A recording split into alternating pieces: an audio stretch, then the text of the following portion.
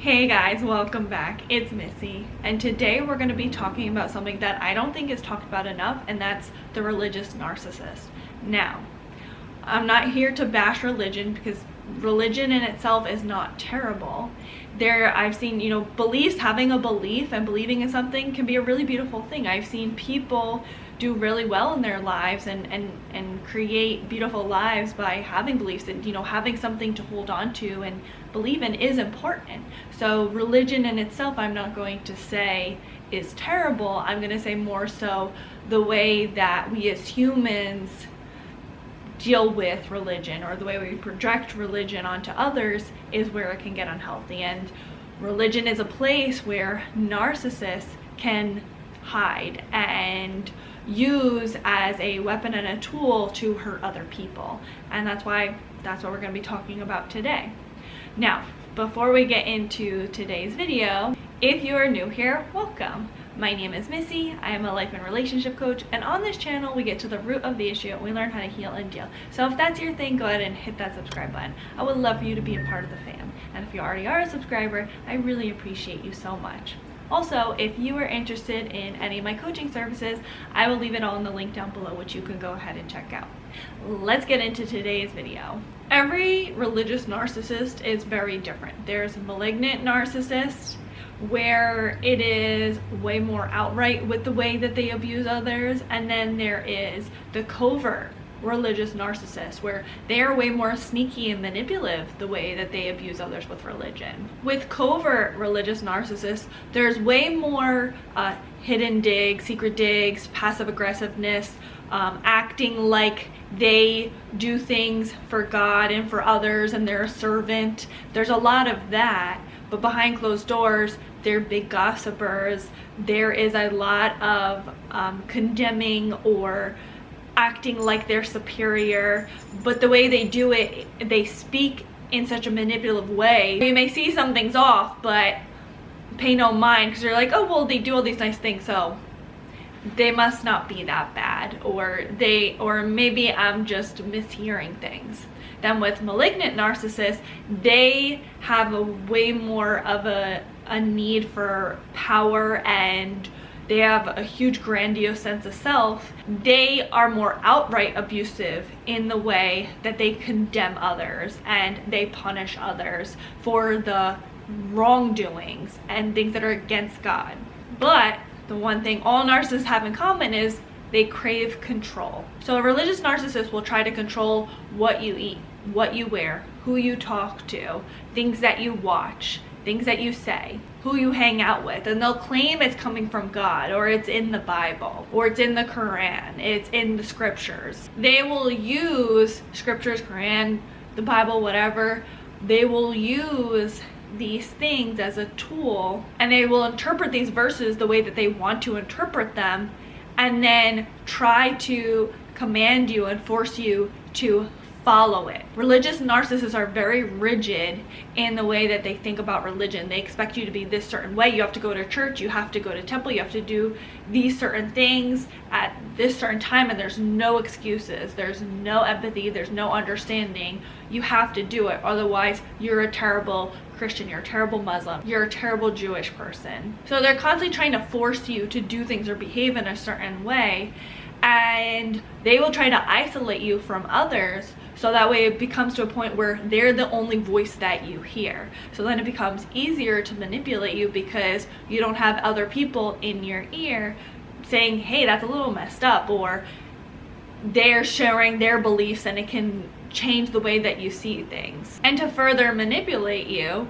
religious narcissists will condemn others and their beliefs. So they may belittle them, whether it's to their face or behind their back. They will make fun of others. They will cast judgment, and they will mock others' beliefs. And what this will do to you is, consciously and subconsciously, it will make you identify that you too will be treated like this if you have beliefs outside of what the religious narcissist tells you to believe, or outside of God. You'll be treated that same way if you have other beliefs. Religious narcissists are not accepting of any other beliefs aside from their own.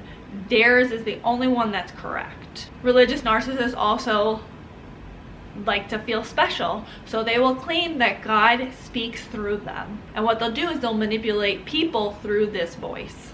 So when they claim that God is speaking through them, it makes them feel special. And then when you are in this, you're someone where you too will feel special because God is giving you a message through the religious narcissist. So this can make you feel even more safe and trust them even more because it makes you feel like you're speaking to a vessel of God. So with this, they'll act like they have special powers, or they can hear things no one else can hear, or they're getting messages from God. And because they feel special like this, it can also make them feel like they deserve good things.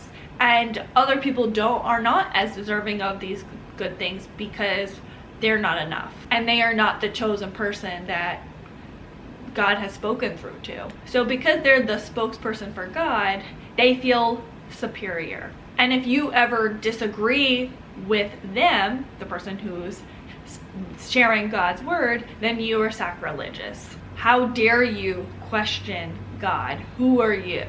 This is because they demand you follow without question. They want total submission. And if you do question or you say things outside of their beliefs, they will shame you, they will chastise you, they may be give you silent treatment, be passive aggressive, they will shun you, they will bully you to have the same point of view. They may back you into a corner and keep talking at you, reciting Bible verses or talking negatively about you and how dare you don't believe in X, Y, and Z. And they will shame and guilt you, or they will tell you that you're going to go to hell for ever saying anything against God. And it can be very traumatizing. And they scare you into submission. So then what you learn is there's no other opinions that are allowed. Opinions mean abandonment. And of course you don't want to be abandoned, so you're going to be terrified to think for yourself. And this is the problem with religious narcissists, like literally all of it, but a problem is that they have very black and white thinking. So it's superior, inferior, right, wrong, heaven, hell, lies, the truth. There's no gray area in their mind. They have a very you're with me or you're against me mentality. They have to be right, and any challenging them results in some sort of punishment. They will find any way to make themselves be right. They are the ones that know the truth and the way, and if you do it wrong, they're gonna sit and explain to you why you're wrong. There's a complete arrogance about them. But the crazy thing is that it has really little to do with religion. Not to say that they don't believe in what they're saying, but more so, the religion they're talking about really is themselves, their own ego. They want people to bow down and to worship them. And they're claiming it's coming from a higher power. So anytime you disagree, so that's why anytime you disagree with them, they'll say you're disagreeing with God. They have completely replaced religion with themselves. And then the last and final thing I want to go over when it comes to religious narcissists is that because they feel superior and special, and they use God as a way to abuse others, they will try to cover up and justify their abuse, physical, emotional, sexual. They will try to commit felonies and act like God was speaking to them and told them that this is what they were supposed to do. There's no real accountability. They can blame God, because it's really themselves, it's not God that's telling them to do this. They will try to take accountability off and say, it's a higher power that's telling me to do it. I'm not in control. It's not me. Or with like financial felonies, they will act like they are deserving of these good things, and why they committed these felonies is because God said that they were special and that they're entitled to it. But that's what makes them the biggest hypocrites, because everything they preach, they don't follow. So they say don't judge, they'll be one of the first ones to judge. They say don't do this crime, they're doing that crime behind the scenes, behind closed doors. They maybe will go and stick up for someone in the public, but behind closed doors, they're gossiping. So how does a religious narcissist affect you? All of this abuse not only makes you lose sight of yourself and your own opinions and your own beliefs, but you can become terrified to believe outside of what the religious narcissist has enforced in you. You will fear God or even others condemning you, rejecting you, abandoning you, ridiculing you. You will be terrified of all those things.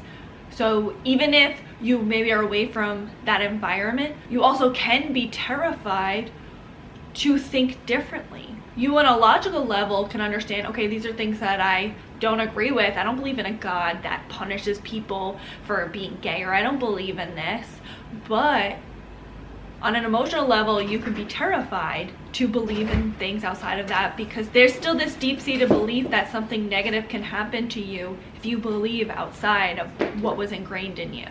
This also can make you very terrified and feel shameful about who you are, and you can become terrified of other people and opening up to other people. All this trauma and fear can make you become very terrified of the world and then become very isolated, and you don't have very many people that you feel like you can open up to, and you have a really hard time being able to trust others. So when you do get away from these religious environments, when you do start to think for yourself, there is that terrifying fear that you could be condemned or punished and you're doing things against God. So you can have this irrational fear that guides you of like karma or hell or something bad happening, and it can keep you stuck in these negative beliefs. You can also get to a point where after years of this abuse, you get turned off from it, or you start to question it, or you can even start to really hate it or get triggered when anyone brings up religion. So to close this, again, this video is not to condemn people for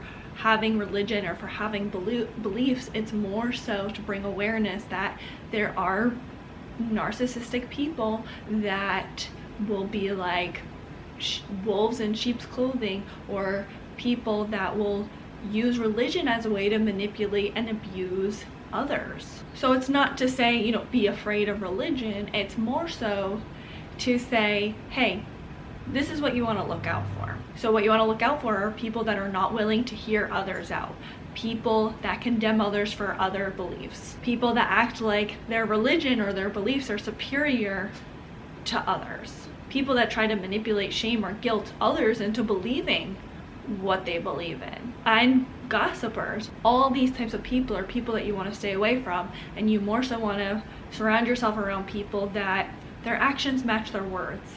They don't act like God is speaking through them. Are there things in religion where people feel like they got a message from God? Yeah, absolutely.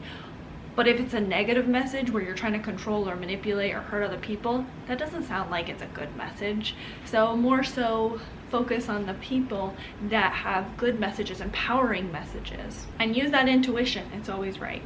And understand it's okay to go away from religion, maybe become more spiritual, maybe not believe in anything at all. It's okay to believe in what you believe in. It doesn't mean that you're a terrible person or that the worst is going to come. If you are someone that is terrified to change your beliefs, something that helped me is that I said, I don't want to believe in a God that's going to condemn me for just trying to be a good person or for trying to live my life.